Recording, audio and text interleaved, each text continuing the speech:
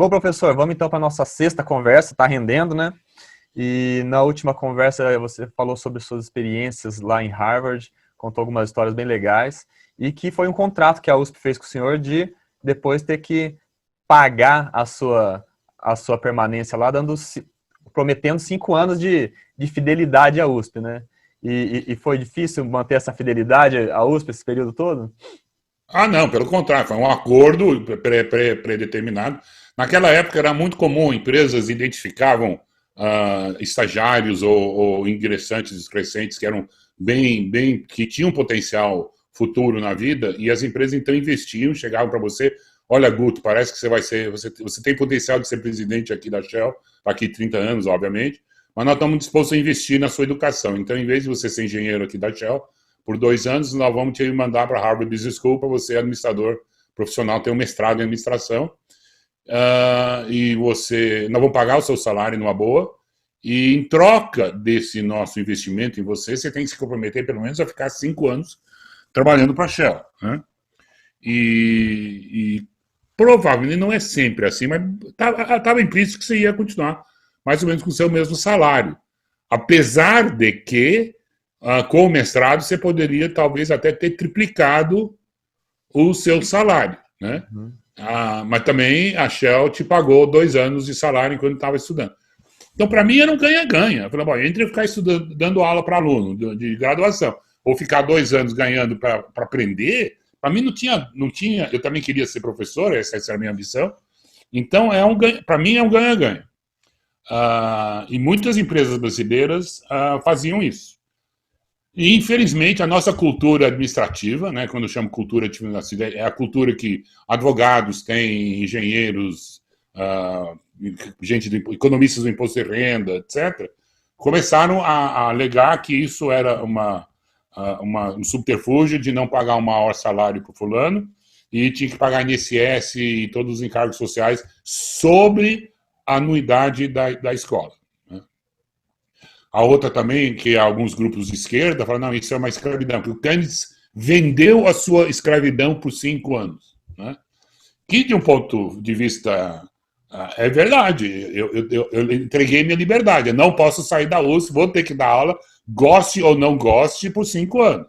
Uhum. Ou talvez em troca eu tinha que pagar, talvez tivesse a cláusula que eu tinha que pagar tudo que eles investiram em mim, mas como eu não tinha dinheiro, era uma forma de escravidão. Mas do ponto de vista liberal, é uma escravidão consentida, eu topei. Para mim era um ganha-ganha. Eu falei, você está brincando, vamos pagar, porque é caríssimo o mestrado. Uhum. Então é triste como algumas ideologias, né, que estão pensando sempre o bem, não estão protegendo de universidades capitalistas como a USP, que não é verdade, porque ela é socialista. Vamos impedir que empresas capitalistas explorem o trabalhador, dando um mestrado grátis para eles, em troca de 5 anos. Né? Então, o que aconteceu com as leis que proibiram, então, esse tipo de acordo liberal entre duas partes com mais de 18 anos de idade? As empresas não investem mais em educação para os seus maiores potenciais. Então, por isso que os presidentes das nossas empresas não são exatamente aquilo que a gente imaginaria que fosse. Né? Uhum. Eles não são tão brilhantes, são bons, é claro, não estou negando, mas imagine você ter o Roberto Setúbal, por exemplo, que foi presidente do Itaú, o mestrado dele foi em engenharia, não foi em administração de empresas. Muito menos administração bancária, no Baruch School of Banking. Olha a diferença que teria sido. Não, mas ele foi um grande, como você está falando, Roberto Setúbal, ele foi um grande presidente. Eu não estou negando isso. Mas o que eu estou alertando é que se a gente não tiver umas atitudes já estratégicas de nação, diz, não, isso é interessante de permitir as empresas escolherem os seus talentos e investirem nos seus talentos. Por que você, sendo de esquerda, vai proibir que uma organização, pode ser até marxista, uma ONG marxista, mas você vai impedir que uma ONG marxista invista na educação dos seus maiores talentos? Isso não faz o menor sentido. E que é o que você já viu, a minha preocupação, que essas coisas que eu falo, para mim, são absolutamente naturais.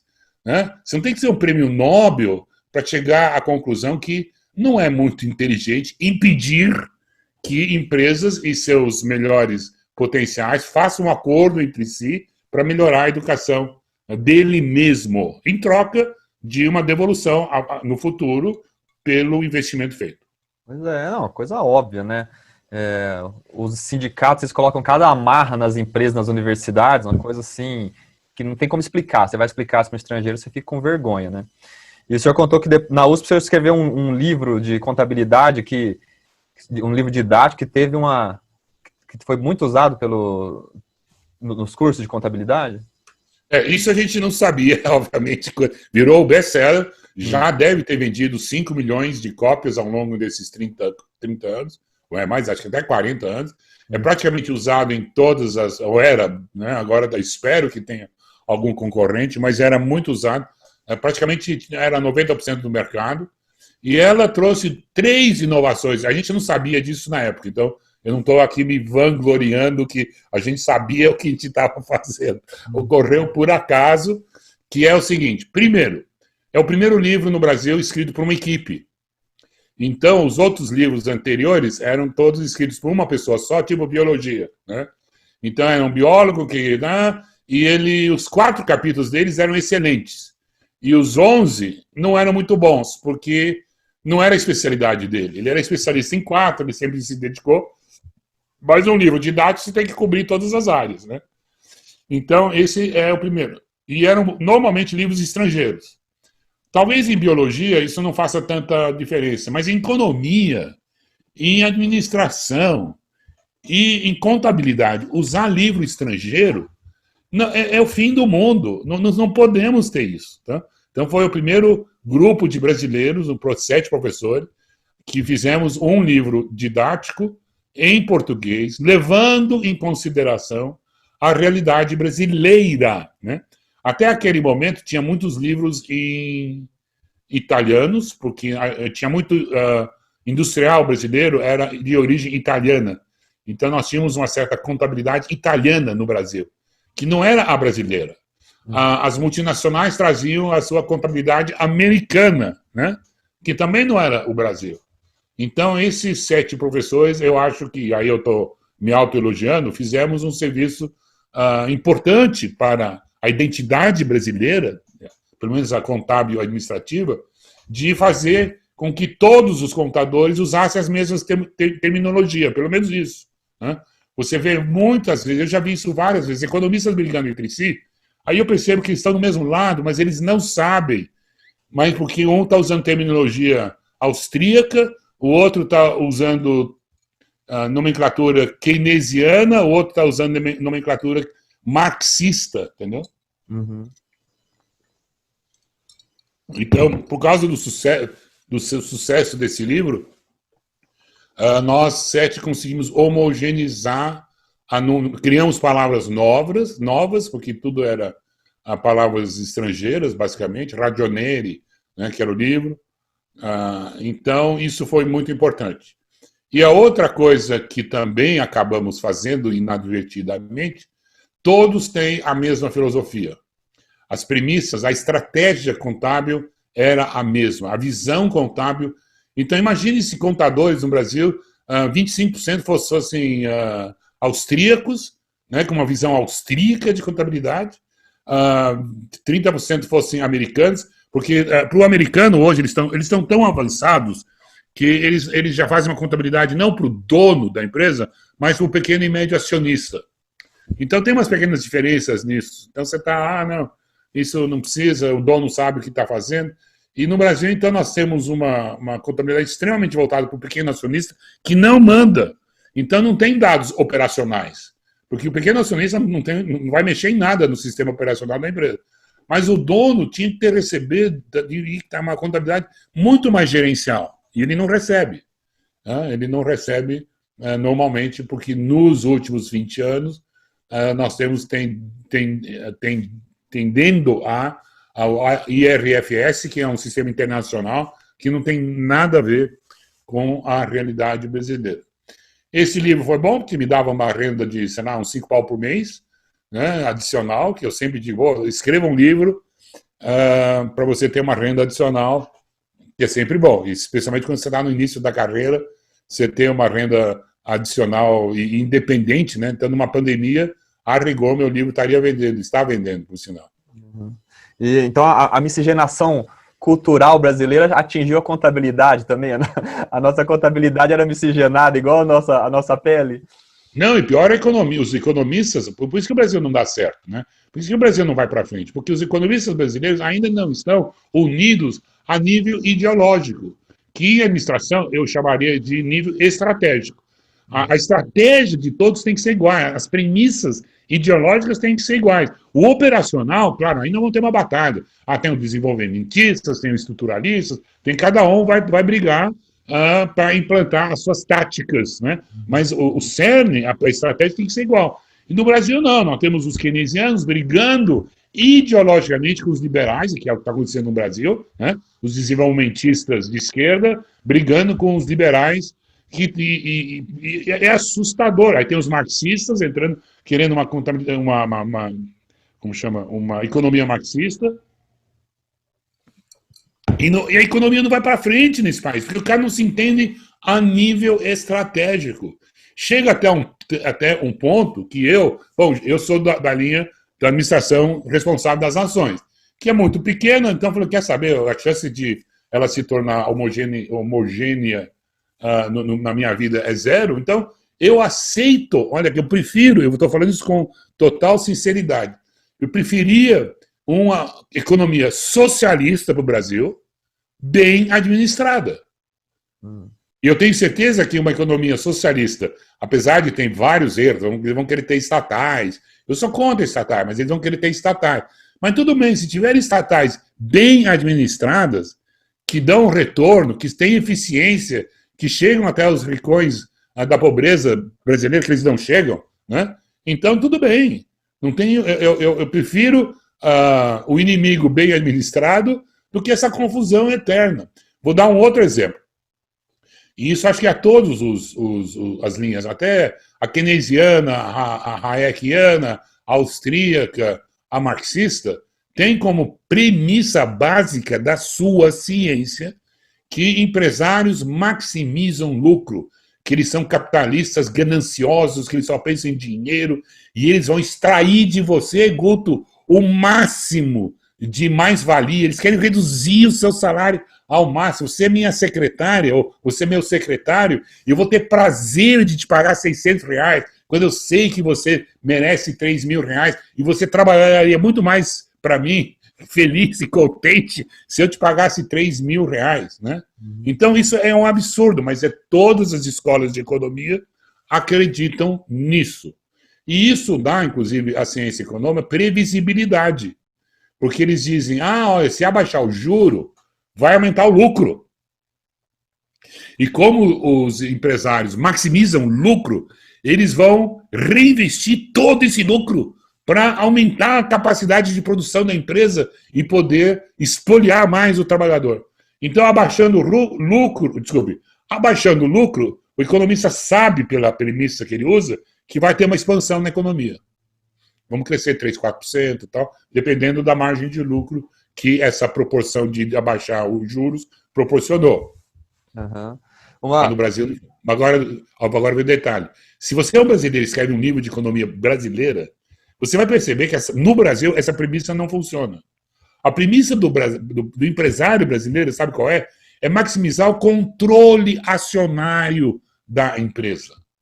Ele quer 100% da sua empresa, ou talvez no máximo ele quer 51% da empresa. Ele quer controlar a empresa.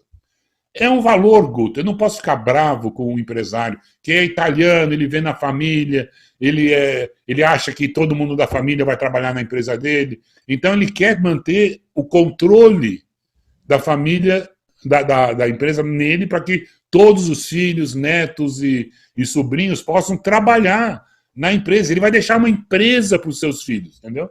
E o americano não. O americano acha que ele vai deixar capital para o filho dele.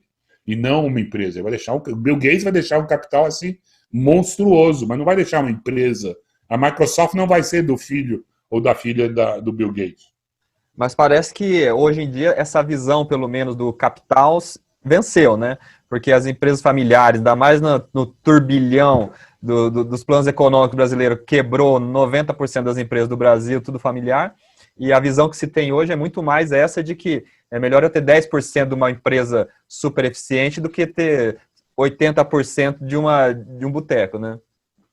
Em parte você está certo, em parte é consequência do que aconteceu, porque você teve 7 filhos, né? O Setúbal, o Olavo Setúbal teve 7 filhos, né?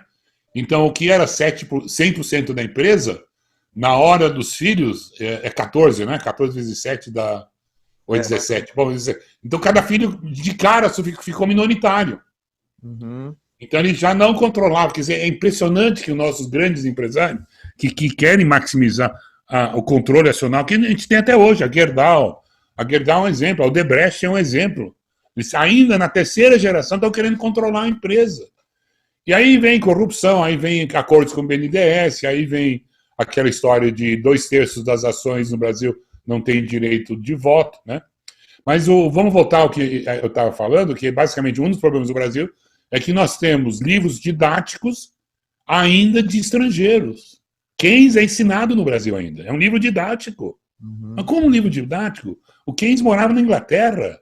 Se ele escrevesse no Brasil, ele falou, não tem nada a ver, o empresário brasileiro maximiza controle acionário. Então, a economia vai andar por um outro caminho. Pode não ser totalmente diferente, não quero exagerar nesse ponto, mas é sutil e, obviamente, como você mesmo falou. Então, as empresas quebraram. Claro que quebraram. Ficaram pequenas, você não pode crescer, você depende do seu lucro para poder crescer, e então você maximiza lucro por uma outra razão. Você não maximiza lucro, você maximiza margem de lucro, né? Porque você quer reinvestir tudo, né? Porque você não vai pegar capital de fora, você não vai abrir capital para pequenas pessoas como eu, nem para os funcionários que acabam sendo desmotivados por isso. Entendi. E depois, quando o senhor voltou de Harvard e foi dar aula na USP, o investimento que a USP fez no senhor foi um bom investimento para a USP? O senhor conseguiu trazer aquelas inovações que uma empresa, quando manda um executivo para fora para estudar, faz isso para trazer inovação, né? Para trazer mudança. O que o senhor conseguiu trazer de lá para o seu dia a dia? A primeira coisa que eu percebi é que as nossas salas de aula são totalmente equivocadas, erradas, feitas para não aprender. Uhum. Nossas salas de aulas, então aí eu vou falar, quem destruiu o Brasil, quem destruiu a educação brasileira foi a profissão de arquitetos. Porque eu tenho absoluta certeza, eles vão ficar bravos comigo, você pode acreditar, mas eu vou provar por A mais B, que foram os arquitetos de universidades que eu aposto que não entendiam absolutamente nada de ensino. Não tinha a menor ideia de o que é educação. Só para você ter uma ideia, quando eu fui em Harvard, primeiro dia de aula, eu percebi uma mudança assim que eu nunca tinha visto. As salas de aula eram em U. E não esse quadrado. No Brasil, o que é? Quadrado, uma mesa na frente, bem proeminente. Aliás, até com um pequeno palco, né? O professor está acima do aluno, vamos deixar bem claro. Quem é superior aqui sou eu, professor. O quadro negro jogando contra, é só um quadro negro. Quer dizer, se o professor já está limitado ao que vai poder escrever numa aula, porque o quadro negro é um só. E quando fui ver Harvard, eles tinham 6 quadros negros. E como eles conseguiam fazer? Deslocando um para cima, um para baixo. Então, terminava, ele jogava o quadro negro para cima e podia usar outro. Podia voltar, da hora que eu dei no início da aula, ele trazia de volta, fazia um resumo maravilhoso. Então, tinha 6 além de projetor e tudo, que nenhum das nossas universidades possui. Mas mais importante, hoje as salas de aula no Brasil são todos professor olhando para o aluno, aluno olhando para o professor. E em Harvard era uma meia-lua, um U, onde todo aluno podia ver o rosto de todos os outros alunos. Né? Então, todos nós víamos uns aos outros, e o professor ficava em um dos U's, ou o U da esquerda, ou o U da direita. E ficava de fora, ele não era o centro de atração. Então, para começar, Harvard fazia o ensino centrado no aluno. por causa dos nossos arquitetos que não sabiam o que estavam fazendo. Eu confesso isso, eles mandaram para fazer, não, faz uma sala de aula e depois a gente coloca os móveis. Mas, e tem outra, era um U e subia para os dois lados também, né? Então, era um anfiteatro que era comum 100 anos atrás nas escolas de medicina, porque o pessoal operava e todo mundo precisava ver a operação. Em química também, o anfiteatro. Então, é muito pouco, só a Politécnica é o anfiteatro, mas o resto, você vê, é tudo... Olhe o professor, veja o que ele está falando, se ele escrever na lousa, então deve ser importante, porque ele só vai colocar na lousa o que ele acha importante. Você anota não o que ele fala, mas o que ele coloca na lousa. Olha, é medieval. É medieval. Então, o que eu fiz? Toda manhã eu chegava 15 minutos antes e fazia a sala. Eu trocava a ordem e fazia em U. Fazia a sala em U. E a gente começava a dar aula nesse sentido. Só que tinha um problema. Não existia estudos de caso no Brasil. Então, para ter o U, eu tenho que estar discutindo com meus colegas como resolver um problema. Porque não precisa estar vendo um aluno se eu estou falando que 2 mais 2 é igual a 4. Para 2 mais 2 é igual a 4 não tem muita discussão e não precisa ter uma sala em U, muito menos em anfiteatro. E eu fiz isso acho que por 6 semanas ou 6 meses, acho que os primeiros 6 meses, toda manhã, mas não dava resultado porque não havia estudos de caso. Aí eu escrevi um livro, Controladoria, com base em estudos de caso. Isso também foi interessante. Foi o primeiro livro de contabilidade com estudos de caso. E aí eu percebi o quê? Nos 6 meses que eu dei o curso, os alunos tiveram só uns 9 ou 12 casos e demorou para aprender o método de estudo de caso. Então, eles não aprenderam necessariamente a discutir entre si, porque era muito novo e eu estava indo contra todo o sistema do resto da faculdade, que era professor, que é o ensino centrado no professor. Então, para fazer um ensino centrado no aluno, eu percebi que era necessário que todos os outros professores da FEA e a USP usassem a mesma estratégia. Então, estão voltando ao que eu falei exatamente no início dessa sessão. A estratégia tem que ser igual. Não dá para fazer alguns ensinar de um jeito e alguns ensinar do outro. Não. A estratégia tem que ser, vamos fazer um ensino centrado no aluno. E aí o que acontece? Então nós vamos ter que estudos de caso. Mas nós não temos. Bom, então vamos ter que abrir um departamento editorial que vá procurar casos nas empresas brasileiras, ter permissão para citar um caso de fracasso, que isso são os mais interessantes, né? Os casos de fracasso na empresa A e empresa B. Eu posso até contar um caso que eu fiz. Havia a Vigor SA, lançou creme em spray. Então era um spray e saía o creme já pronto, do jeito que você quer, que era chamado Top Cream, né? E aí fizeram uma propaganda tal e lançaram um produto e fracassou. E o fruto foi um fracasso. Então fui atrás investigar para fazer um caso, né? E aí fomos perguntar, porque tá. Aí fizemos uma pesquisa, uma das agências de pesquisa fez uma pesquisa para saber por que fracassou, e a conclusão era que o produto era muito caro. Fracassou porque era muito caro. Mas o Cláudio Willer, que era o que pesquisou, fez uma pergunta interessante logo em seguida, diz, é muito caro, mas você comprou de novo? De 90%, até compraram de novo, apesar de ser um produto caro. Então isso é contraditório, né? Porque se era caro, por que você comprou de novo? Então não era o preço que estava envolvido, era algo diferente. Tem algo atrás que não está bem contado. Aí eu pedi para a agência de propaganda, que tinha feito o lançamento do produto, qual era a propaganda. Então eles mostraram a propaganda. E a propaganda que eu imaginaria, e você também, Guto, teria imaginado, é alguém trazendo um bolo e antes de falar o parabéns, alguém fala, espera. E tem um morango em cima do bolo. E antes de cantar o parabéns, alguém chega lá e diz, opa, tá faltando alguma coisa, top cream. E solta uma pequena quantidade de creme em cima a história da cereja do bolo. Então você vai... agora sim, está completo. Agora podemos cantar parabéns, porque tem o bolo, e tem a cereja do bolo, e tem um pouquinho de creme, top cream, para finalizar. Não, a propaganda que eles fizeram, entregaram um hambúrguer para uma criança, ele pegou o top cream e jogou para lá e para cá o top cream inteiro, como se fosse esse o grande coisa. Ou esse mesmo bolo, e o cara põe, encheu de creme o bolo. E aí veio o desperdício. Então o produto não era caro, mas estava sendo desperdiçado. Por quem? Pela agência de propaganda. Né? Então, isso daria um caso muito interessante para os alunos de marketing de uma empresa de uma faculdade de marketing, uma faculdade de administração de empresa, ou uma faculdade de propaganda e marketing, né? Uhum. Mas isso não aparece, porque esses casos não são corridos atrás, ninguém corre atrás desses casos, ninguém pede permissão. Nesse caso não foi dado, eu queria fazer, os caras não vou dar a permissão para você contar essa história, porque foi a própria agência de propaganda que estava me permitindo ver a burrada que eles haviam feito, mas até hoje eles não concordam com isso. Né?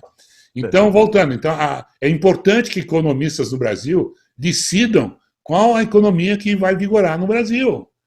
Pelo menos tira no par ou ímpar, que eu também falei no início, né? Então, pelo menos, façam pelo par ou ímpar. E aí briguem nos detalhes, e não necessário na estratégia. Né? Uhum.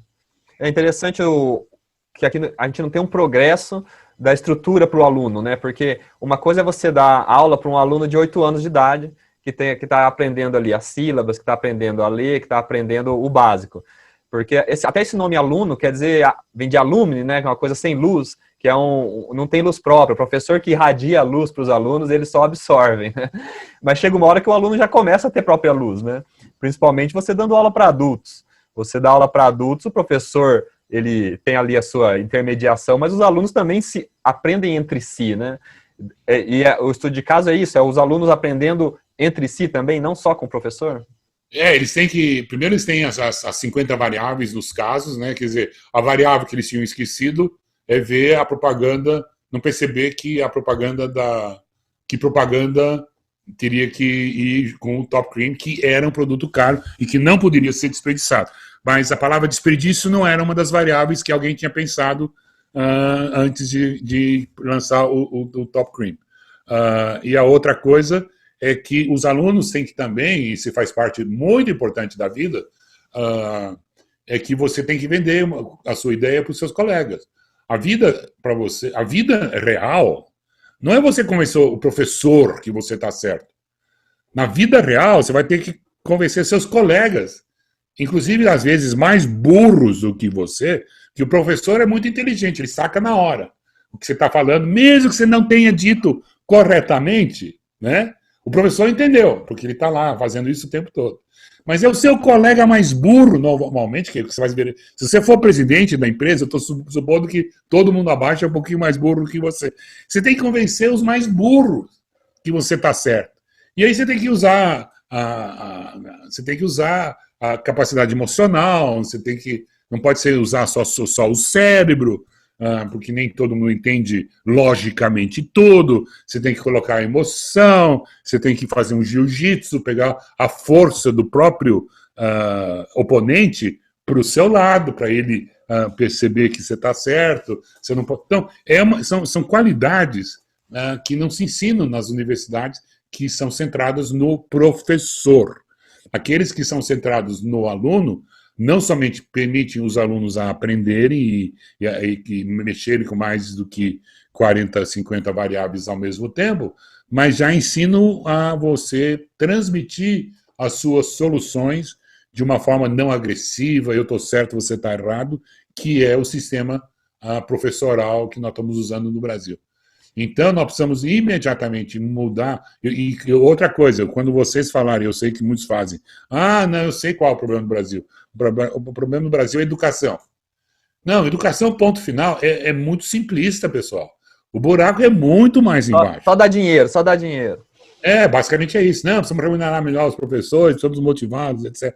Não, quer dizer, nós discutimos hoje coisas que eu posto que 99% dos seus seguidores nunca pensaram que o formato da sala de aula pode destruir uma nação e tornar uma nação de seguidores, de obedientes, de pessoas que não sabem falar e convencer os outros, que é, cá entre nós, o problema do Bolsonaro, né?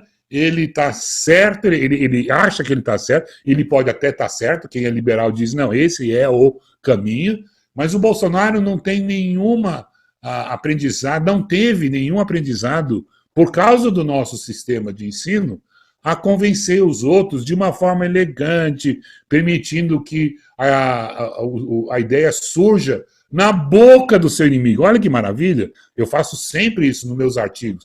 Não sei se você percebe, nos meus artigos, muitas vezes, eu coloco tudo menos a conclusão. E aí, obviamente, não estou dizendo que eu estou enganando, né? Mas eu estou preparando tudo porque você tem que ser muito idiota para não pegar todos os pontos e chegar à conclusão, que é o ponto seguinte. Mas se você pegar o ponto seguinte por você vai, eu achei a solução que o Candice não mencionou. Então vai ser muito melhor você chegar, olha, então pelo que o senhor falou, não seria melhor não privatizar as empresas e torná-las mais eficientes? Ah, ótimo, entendeu? Eu consegui o que eu queria, né? E você que falou sem eu ter que ter dito.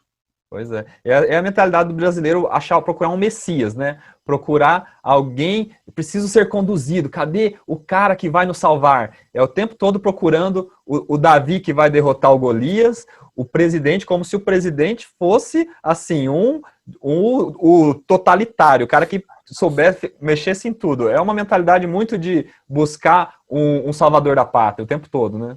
Mas aí vem uma coisa que a gente pode gastar uns 5 minutos. Por que alguns países dão certo e alguns não dão certo? Essa é uma discussão histórica. Os historiadores fazem há muito tempo e é muito importante que a gente siga o que eles pesquisam, etc. E 40 anos atrás a resposta era, não, é geografia, né? Tem os países quentes, né, como, sabe, Nordeste, né, esses são quentes, o pessoal indolente nunca vai dar certo. E os países frios, como Suécia, Noruega, Inglaterra, esse pessoal tem que se virar. Então havia essa noção que era a cigarra e a formiga. Restrições geográficas que faziam. Depois, com o Huntington, né, o choque das civilizações, ele diz que não, é a cultura. Que a cultura, né, tem a cultura portuguesa, né? Pô, o Brasil não vai dar certo, porque nós herdamos a cultura portuguesa e não a cultura protestante, né, que é a ética protestante, por isso que os americanos deu certo, porque a cultura da ética protestante deu certo, é que conduz ao crescimento. Hoje, a visão que está reinando, está começando a pegar, é que são as instituições que determinam se o país vai dar certo e não dar certo. Então, eu falei isso porque você mais ou menos mencionou, foi isso que eu entendi, corrige se eu estiver errado, que o Bolsonaro era uma parte da cultura, que a nossa cultura é messiânica, que nossa cultura é de procurar o Messias, né? E aí fica difícil, né? Porque, como é que eu vou mudar uma cultura? Né? Como é que eu vou mudar uma cultura? Então, essa visão é complicada, porque deixa a gente ficar muito pessimista. Se você usar a visão das instituições, agora eu estou falando de uma instituição, que é a universidade. É organizada, é como instituições são criadas e organizadas e mantidas. É assim que determina o sucesso ou não de uma nação. Então, o que acontece? Nós temos uma instituição de ensino, que são leis, professores, salas de aula, diretores e dinheiro público.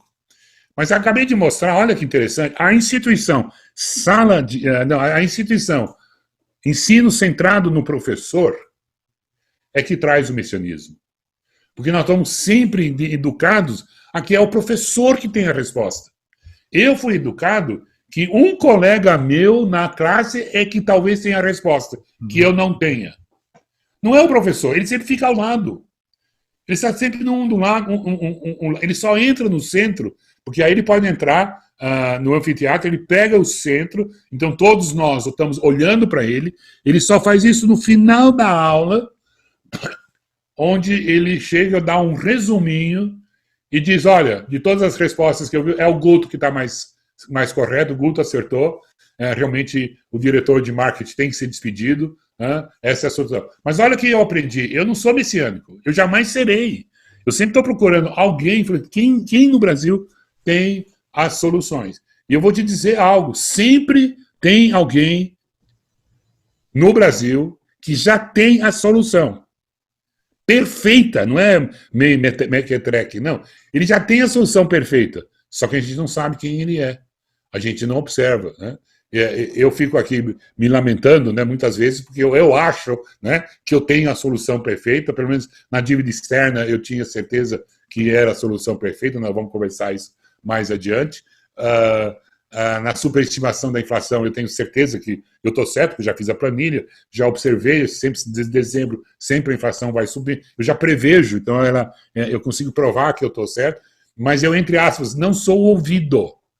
Né? Aí eu fico, pô, será que eu sou incompetente? Eu tinha que me ouvir, me forçar a ser ouvido, que já é uma contradição em termos, né? Como é que você pode se forçar a ser ouvido? Ou as pessoas te ouvem e dizem, pô, sabe que esse cara tem razão? Né? E parte desse meu, entre aspas, fracasso, mas eu sou bem sucedido em inúmeras coisas, então não estou me queixando aqui. Eu só estou lamentando que eu não fui 100% efetivo em tudo que eu fiz. Mas uma das coisas que eu não fui mais ouvido no Brasil é que, quando eu voltei, eles imediatamente me colocaram para dar aulas de pós-graduação, com 5 ou 6 alunos por ano, no máximo 10. Né? Se eu tivesse feito graduação, no graduação eu teria, provavelmente, salas de 100 alunos ou 60 alunos, e 20, por obrigação, seriam economistas. Então, hoje, poucos economistas entendem o que eu estou falando, mas se eu tivesse dado aula para 600 economistas, que é o período que eu fiquei dando aula na USP, hoje eu estaria com economistas me apoiando. Diz, não, quem está certo é o Keynes. Não, ele deu na aula, eu entendi. Eu ouvi ele, também, coitados, né? Eles foram obrigados a me ouvir por 1 hora, por 6 meses de introdução à contabilidade, que é o livro que nós tínhamos escrito. Então, um dos cursos era exatamente Introdução à Contabilidade. Uhum. Então, as instituições, a gente tem que começar a pensar mais em instituições. Uma instituição que está dando errado no Brasil é o Supremo Tribunal Federal. Isso é bem claro. Não é a cultura. Não é a cultura do pessoal que está no Supremo. Não. É a instituição. O Congresso também é uma instituição que está dando errado. Claramente está dando errado. Os políticos estão equivocados. A presidência, que todo mundo fala mal do Bolsonaro, para mim é que ainda não se desvirtuou, pelo contrário. Aliás, se desvirtuou um pouquinho e o Bolsonaro está querendo corrigir. Como é que ele está querendo corrigir? Falou, olha, não é função do Executivo fazer lei. Eu não tenho que ficar propondo lei para o Rodrigo Maia e ele ficar lá me olhando, fazendo cara feia. Não, Bolsonaro, não gostei dessa sua proposta. Eu só vou aceitar a sua proposta se você der mais 80 bilhões para o nosso Congresso gastar do jeito que ele lá quer. Então, o Bolsonaro é de todos, eu não vejo ninguém do Supremo tentar melhorar o Supremo. Eu não vejo ninguém no Legislativo tentar melhorar o Legislativo. O único que está tentando melhorar o Executivo, e tentou e agora desistiu, porque o pessoal foi atacar o filho dele, coisa que não se faz na política, né? Se sempre protege os filhos, e isso é informal, não é? Eu sei que é meio sacanagem, mas é um acordo informal que eles fazem. Ninguém corre atrás dos filhos. Correram atrás dos filhos e agora o Bolsonaro, que estava querendo limpar o Executivo das suas acordos com o Congresso, né? Toma lá da cá, agora ele fechou com o Centrão. Vai ser toma lá da cá com o Centrão. Mas até a esquerda bater no filho do Bolsonaro, o Bolsonaro estava tentando melhorar a instituição presidência da República, tentando acabar com loteamento de cargos, os ministérios, praticamente todos foram o que o Bolsonaro indicou, ele não fez acordo nenhum, praticamente todos estão na mão de militares, né? Porque os políticos, você não pode confiar em político, porque o político sempre, por definição, vai puxar para o lado dele. Então eu fico triste, a esquerda mais uma vez conseguiu atrasar esse país, porque nós estávamos pelo menos corrigindo a instituição chamada Presidência da República. Verdade. E o professor também, estando lá na frente, fica se exigindo uma certa perfeição dele, né? Porque se o que ele diz, se ele é Deus que manda as tábuas, né? Manda as leis nas tábuas e os outros lá só recebem, ele precisa ser perfeito, senão todo o erro dele se ecoa na eternidade, né? Os caras não corrigem, Não, os papas não corrigem. Entendi. Ele se acha perfeito. Ele teria que ser perfeito para esse sistema de educação ser ótimo, né? Mas o professor não é perfeito, né, professor? Ele precisa ter um senso crítico em relação ao professor? Ele precisa ser direcionado de alguma maneira? Então, essa foi outra inovação que eu fiz na USP. Quando eu voltei, eu criei, com a ajuda do chefe do departamento de contabilidade, eu introduzi a avaliação de professores que não existia. É absurdo você imaginar que na USP não existe avaliação de professores ano a ano como um instrumento administrativo para saber quem promover e quem mandar embora depois de 3 ou 4 anos de fracasso. Né? Não existe avaliação. Tanto é que eu posso provar isso, entre na Google entre na Google e digite melhores professores da USP e ver quais foram as notas que cada um recebeu. A USP deveria fazer isso. Primeiro avaliar todo mundo e eu, se fosse eles, publicar quem são os melhores professores. Gerar uma competição entre os próprios professores. De novo, a esquerda erra a não permitir a competição entre seres humanos. Eles só querem cooperação. Bom, cooperação é o seguinte, olha, o Guto, você dá uma péssima aula, eu dou uma péssima aula, né? E aí nós estamos no kit, porque se você começar a chacoalhar o barco, se você dá uma excelente aula, os alunos vão chegar para mim e dizer, pô, Cante, você não está dando uma aula tão boa quanto a do Guto. Então todo mundo abaixa o nível para não... Opa, não, igual a minha aula é tão ruim quanto a do Guto e do Guto é tão ruim quanto a minha. Ninguém pode se aparecer, deixaram isso bem claro para mim na USP. Então fiz um sistema de avaliação de professores. Você não encontra quais são os melhores professores de economia da FEA. Primeiro lugar, fulano de tal. Segundo, fulano de tal. Seria um ótimo indicador para o próximo ministro da Fazenda, por exemplo. Né? Você saber que não, o Guedes foi o melhor aluno da sua turma. A gente não tem isso. Isso aí não acaba virando um teste de popularidade? Porque um bom professor, ele é um professor popular ou ele é um cara impopular? Então. Essa é a dificuldade do teste do professor, né? Então, é interessante. Vou te dar essa resposta cientificamente. Eu posso te provar essa tese cientificamente que não é assim. Então, eu criei um sistema de avaliação de professores.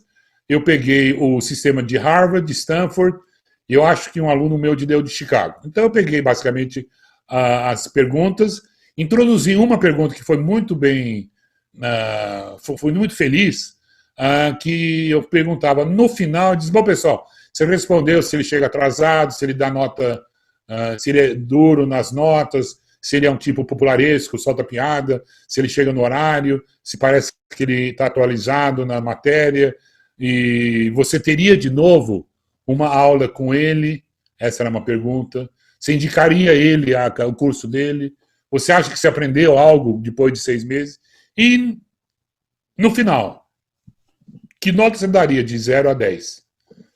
Então, essa pergunta eu fiz, que os outros não faziam.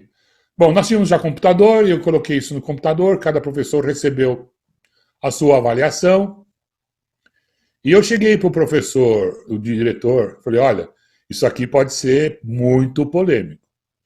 Então, eu dividi em 3 blocos, está aqui um bloco com etapa 24, saídas de computador, grossos, porque eram 36 páginas de avaliação. Aqui é o pessoal que está acima da média. Aqui está o pessoal que está abaixo da média. E aqui estão os 3 piores professores. Então, você me faça o favor, você entrega os 50 que ganharam, que estavam acima da média, porque eu queria esses caras do meu lado.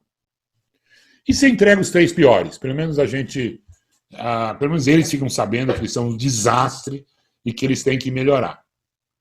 E eu fiquei feliz. É polêmico, mas eu não vou ter uma gritaria, porque só os que estavam melhores receberam. Para quê? O idiota do diretor, não, do chefe do departamento, não sei o que ele fez, mandou entregar tudo para todos. Então, 50% que foram mal avaliados ficaram sabendo. Os 50% que foram bem avaliados me procuraram. Pô, que legal, puxa, não sabia, estou muito feliz, etc. Os 50% que odiaram não abriram a boca. Nenhum veio reclamar. Nenhum veio sugerir que no ano seguinte eu não deveria fazer essa avaliação de novo. Nem os 3 piores. Que para mim foi uma surpresa. Falei, caramba, eu achei que eu ia ser trucidado, eu ia ser expulso da USP, né? Mas isso não aconteceu, por 2 razões. Primeiro, porque quem estava dando a nota parecia...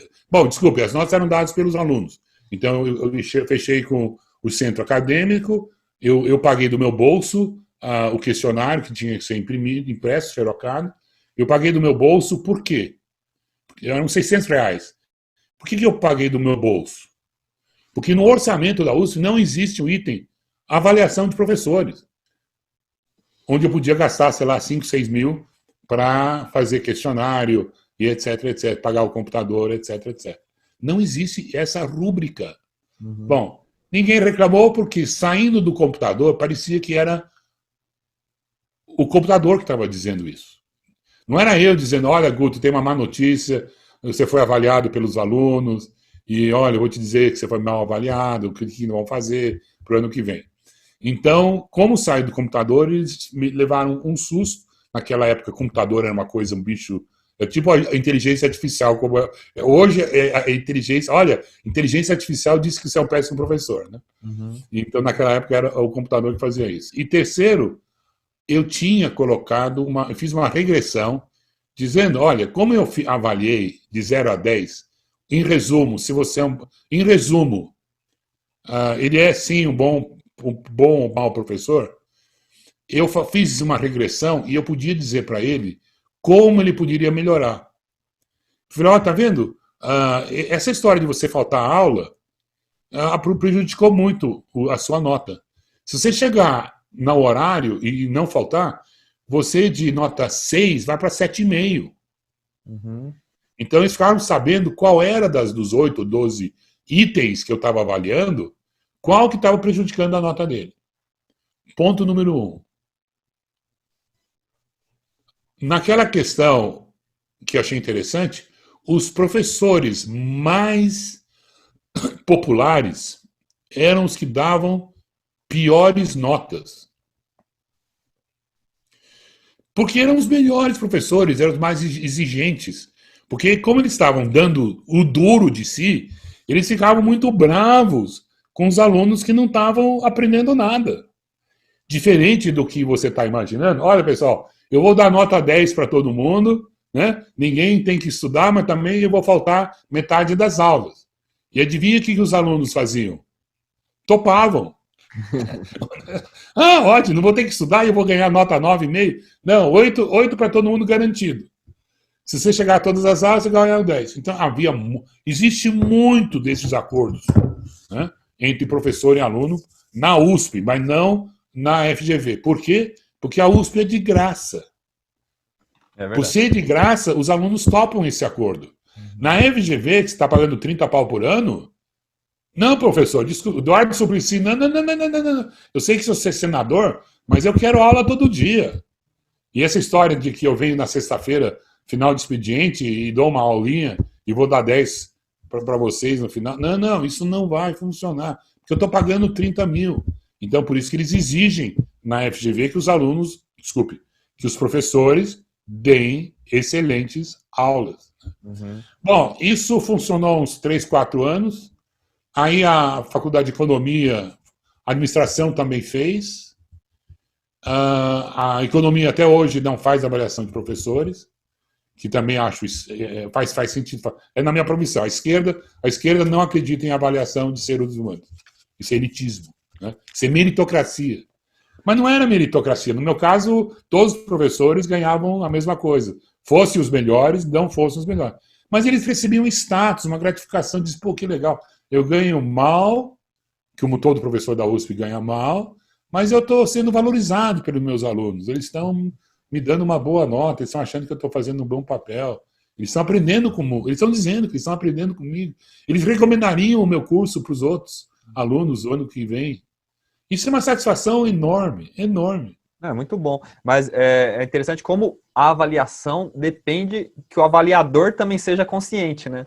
Porque se o avaliador for tranqueira, se os alunos for tranqueira, quando você abaixa muito o nível dos alunos, os alunos querem o quê? Querem um diploma. Metade que está lá, se você desse o diploma para ele impresso e ele nem precisasse na aula, ele estava feliz, né? Então precisa ter uma qualidade do aluno também, né? Então, aí voltamos ao ponto de novo. Então, o que eu introduzi? Uma instituição. Eu introduzi na USP a instituição de avaliação de professores. E aí, como aconteceu no Congresso e como aconteceu no Supremo e na presidência, né, a instituição começa a ser manipulada. Né? Eu sempre digo, o objetivo final de todo instituto é garantir o salário dos instituídos. Né?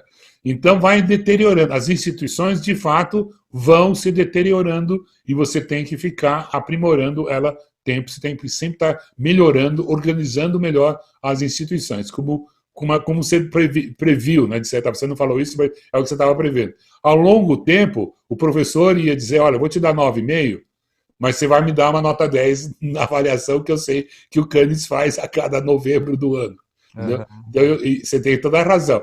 A instituição, o mecanismo de avaliação, começa a ser deturpado naturalmente. Por isso que a gente tem que investir em manter as nossas instituições de pé.